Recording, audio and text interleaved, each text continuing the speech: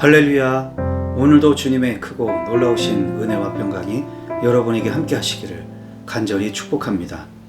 1월 6일 화요일, 오늘 우리에게 주시는 하나님의 말씀은 시편 20편 1절로 9절입니다. 우리의 임금님께서 고난 가운데서 주님께 기도하실 때에 주님께서 임금님께 응답하여 주시기를 원합니다. 야곱의 하나님께서 친히 임금님을 지켜주시기를 바랍니다. 성소에서 임금님을 도우시고 시온에서 임금님을 붙들어 주시기를 원합니다. 임금님께서 바치는 모든 제물을 주님께서 기억하여 주시고 임금님께서 올리는 번제를 주님께서 기쁘게 받아 주시기를 바랍니다. 임금님의 소원대로 주님께서 임금님께 모든 것을 허락하여 주시고 임금님의 계획대로 주님께서 임금님께 모든 것을 이루어 주시기를 원합니다. 우리는 임금님의 승리를 소리 높여 기뻐하고 우리 하나님의 이름으로 깃발을 높이 세워 승리를 기뻐할 수 있도록 주님께서 임금님의 모든 소원을 이루어 주시기를 원합니다. 나는 이제야 알았습니다. 주님께서는 기름을 부으신 왕에게 승리를 주시고 그 거룩한 하늘에서 왕에게 응답하여 주시고 주님의 힘찬 오른손으로 왕에게 승리를 안겨주시는 분이심을 알았습니다. 어떤 이는 전차를 자랑하고 어떤 이는 기마를 자랑하지만 우리는 주 우리 하나님의 이름만을 자랑합니다. 대적들은 엎어지고 넘어지지만 우리는 일어나서 꿋꿋이 섭니다. 주님, 우리의 왕에게 승리를 안겨주십시오. 우리가 주님을 부를 때에 응답하여 주십시오. 아멘. 오늘 시편은 승리를 위한 기도라는 제목이 붙여졌습니다.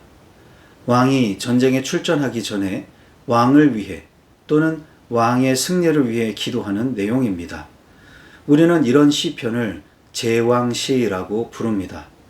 왕이 고난 가운데 기도할 때 주님께서 응답해 주시기를, 그를 지켜주시고 도우시고 붙들어 주시기를 간구하고 있습니다. 또한 왕이 드리는 예배를 받아주시고 그의 소원과 계획대로 이루어 주셔서 우리가 그의 승리를 소리 높여 기뻐할 수 있게 해 주시기를 기원합니다. 그러나 시인은 곧바로 이제야 알았다고 하면서 깨닫습니다. 주님께서는 왕에게 승리를 주시고 왕에게 응답해 주시는 분이십니다. 주님은 원래 그런 분이셨습니다. 사람들은 저마다 자기가 가진 것을 자랑합니다. 전쟁에서 전차나 기마가 얼마나 많고 얼마나 좋은지를 자랑합니다. 그러나 우리는 주 우리 하나님의 이름만을 자랑합니다. 결국 대적들은 엎어지고 넘어질 것이나 우리는 일어나 꿋꿋이 서서 승리하게 될 것입니다. 끝으로 주님께서 우리의 왕에게 승리를 안겨주시길, 우리가 주님을 부를 때에 응답해 주시길 간구하고 있습니다. 자, 그럼 오늘 주신 이 말씀을 붙들고 우리는 어떻게 살아야 할까요? 첫 번째로, 누구를 위해 기도하고 있습니까? 사랑하는 가족들, 자녀들 또는 지인들의 이름을 넣어서 오늘 시편 말씀을 다시 한번 읽어보시기 바랍니다. 그가 기도할 때 주님께서 응답해 주시고 그를 지켜주시고 그를 도우시고 붙들어 주시고 그의 헌신을 기억하여 주시고 그의 예배를 기뻐 받아주시고 그의 소원대로 모든 것을 허락하여 주시고 그의 계획대로 이루어 주옵소서. 그러나 명심해야 할 것이 있습니다. 그를 사랑하고 그를 위해 기도하고 흠모하는 것도 좋지만 그가 우리의 왕은 아닙니다.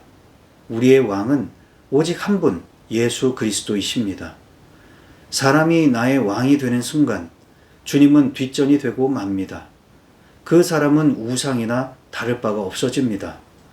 특히 부모에게 자녀가 왕이 되고 우상이 되는 경우가 종종 있습니다. 또는 어떤 사람을 존경하거나 사랑해서 그가 나의 왕이 되는 경우도 있습니다. 팀 켈러 목사님이 내가 만든 신이라는 책에 자녀가 우상이 되는 경우에 대해 언급하고 있습니다.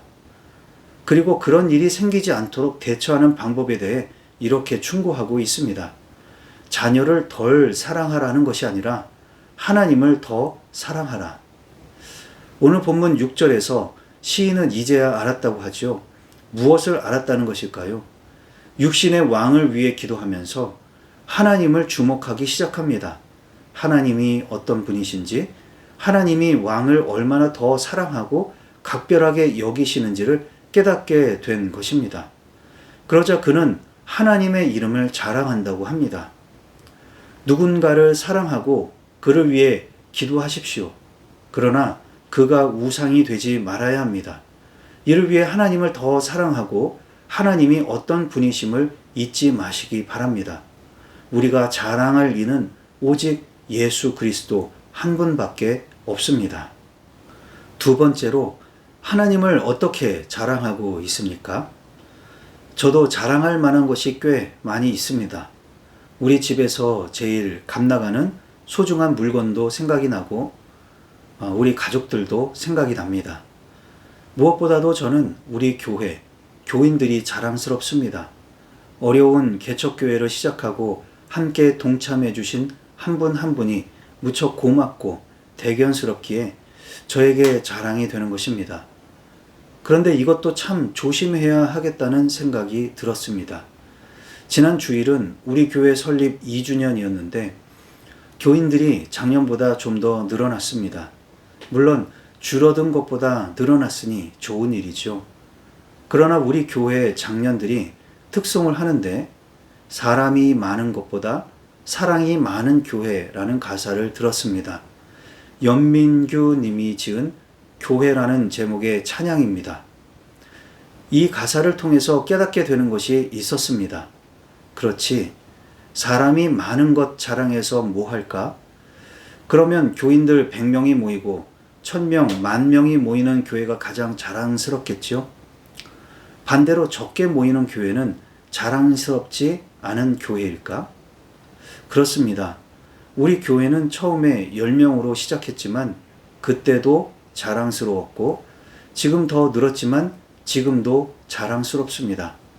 만약에 모이는 숫자가 줄어들었다고 해도, 많이 줄어들어서 한 사람만 남는다고 해도 저는 자랑스러울 것입니다. 그래야 합니다. 우리가 하나님을 자랑할 때도 마찬가지입니다. 하나님이 뭘 해주셨다고 해서, 잘해주셨다고 해서 자랑하는 것이 아니라 그저 하나님이 존재하시고 살아 계시다는 것만으로도 나의 자랑이 되어야 합니다. 설사 하나님이 무심하셔도, 나를 시험하셔도, 내가 시련을 겪는다고 해도 하나님을 자랑할 수 있어야 합니다. 물론 쉽지는 않겠지요. 저도 그래야 하는 줄은 알겠지만 그렇지 못할 때도 많이 있습니다. 그저 그래야 하는 것을 깨닫고 그런 믿음으로 살아갈 수 있기를 바라고 기도해야 하겠지요. 어떤 이는 전차를 자랑하고 어떤 이는 기마를 자랑하지만 또 어떤 이는 숫자를 자랑하지만 우리는 주 우리 하나님의 이름만을 자랑할 수 있기를 바랍니다. 기도하시겠습니다. 사랑과 은혜가 풍성하신 하나님 아버지, 오늘도 말씀으로 새날을 열어주시니 감사를 드립니다. 오늘도 우리에게 왕같이 존귀한 사람들을 위해 기도합니다.